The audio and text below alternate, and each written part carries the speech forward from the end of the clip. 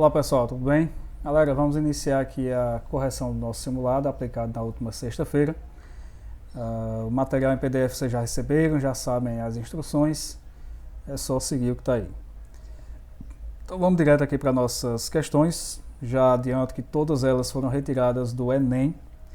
Essa primeira questão aqui veio do Enem 2018, essa segunda aqui veio do Enem 2016, do PPL, né, que são as pessoas privativas de liberdade. Então, todas as duas vieram do Enem, né? Não coloquei aqui isso porque corria-se o risco de vocês irem atrás do gabarito para marcar logo na questão, né? Então vamos direto para elas. Primeira questão aqui, ó. Muitos smartphones e tablets não precisam mais de teclas, uma vez que todos os comandos podem ser dados ao se pressionar a própria tela. Inicialmente, essa tecnologia foi proporcionada por meio das telas resistivas, formadas basicamente por duas camadas de material condutor transparente que não se encostam até que alguém as pressione, modificando a resistência total do circuito de acordo com o ponto onde ocorre o toque. A imagem é uma simplificação do circuito formado pelas placas, em que A e B representam pontos onde o circuito pode ser fechado por meio do toque. Então está aqui um esqueminha básico da tela. Acho que é o modelo mais antigo, né, que nós tínhamos, era até uma tela mais mole. Hoje a tela é toda, parece um vidro, né, um acrílico, é mais dura. Mas antigamente, não sei se chegaram a pegar celulares aí mais antigos, que a tela não era durinha assim, né? Era uma telinha mais mole, você apertava e você via realmente que a tela afundava mesmo. E a função é justamente essa, ela afundar um pouquinho para realizar o contato entre as camadas aí dessa tela, né? Baseado nesses contatos é que você tinha os circuitos elétricos sendo formados, e aí o processadorzinho interpretava os pulsos elétricos gerados ali e te fornecia as informações. E aí a questão te trouxe um circuito que representa pelo menos um trecho dessa tela, né? Onde você tem aqui a tua fonte, que seria a bateria do celular, e aqui você tem diversos resistores aí, várias resistências, né, que são aí associadas entre si para você formar esse circuito. Então nós temos 4 resistências aqui idênticas, todas elas de 4 kΩ de resistência, e nós temos 2 pontos em aberto aqui, ó, ponto A e o polo B, né? Nós temos aqui um nó aberto em A e em B. E a questão te diz que, dependendo de onde eu fechar aqui o meu circuito, eu terei aí uma resistência equivalente e terei uma informação diferente na tela. O finalzinho da questão fala o seguinte: qual é a resistência equivalente no circuito provocada por um toque que fecha o circuito no ponto A. Então, simplesmente você vai ter que fechar o teu circuito aqui em A e fazer a análise, né, do que está acontecendo aqui com a corrente elétrica para determinar se tem e quais são os resistores em paralelo e se tem e quais são os resistores em série. De posse dessas informações, você vai ter que fazer aí o cálculo, né, da resistência equivalente desse circuito.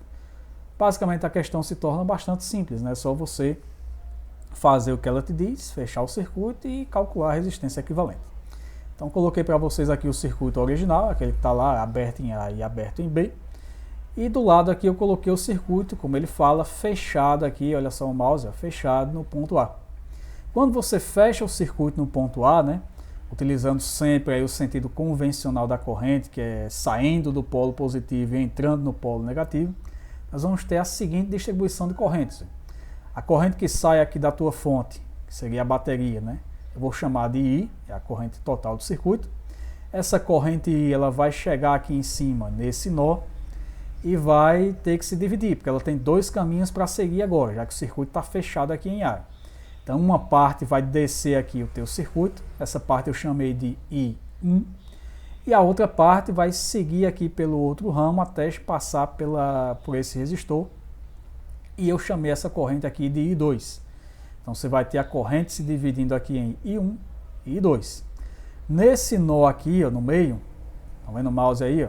A corrente ou as correntes vão se juntar de novo. A corrente I1 vai se encontrar com a corrente I2. É só seguir as setinhas aqui. E quando elas se juntarem de novo, elas vão criar de novo quem, pessoal? A corrente original, né? A corrente I.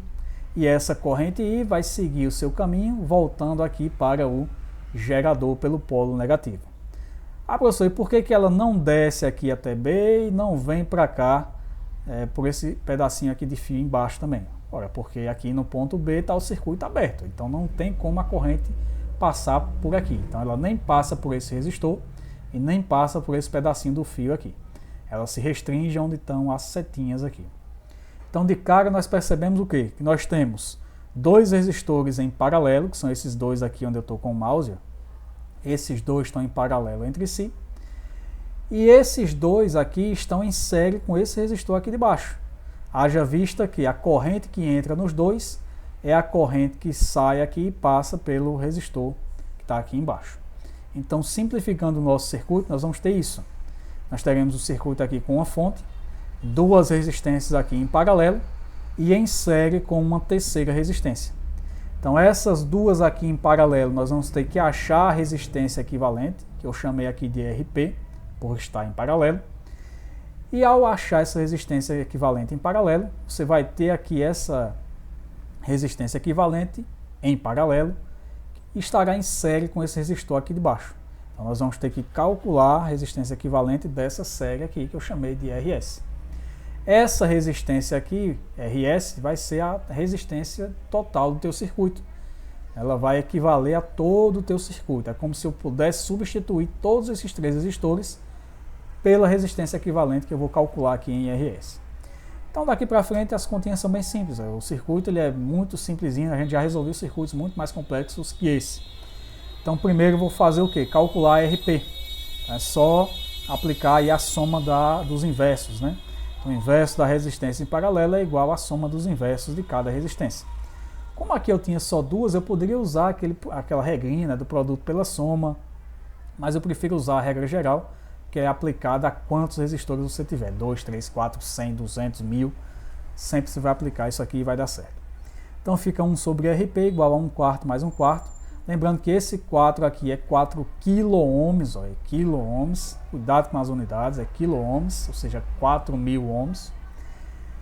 1/4 mais 1/4 dá 2/4. Pegando aí o inverso das duas frações, nós teremos que RP é igual a 4 dividido por 2.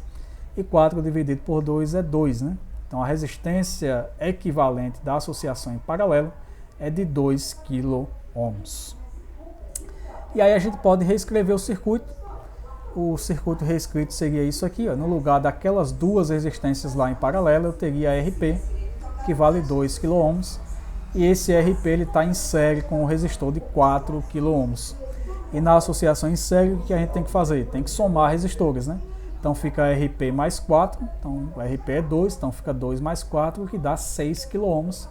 E essa é a resistência equivalente do circuito.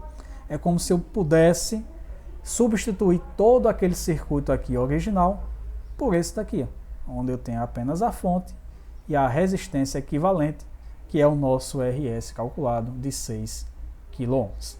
Então lá nas alternativas é nessa que você vai marcar aqui, ó, 6 quiloohms.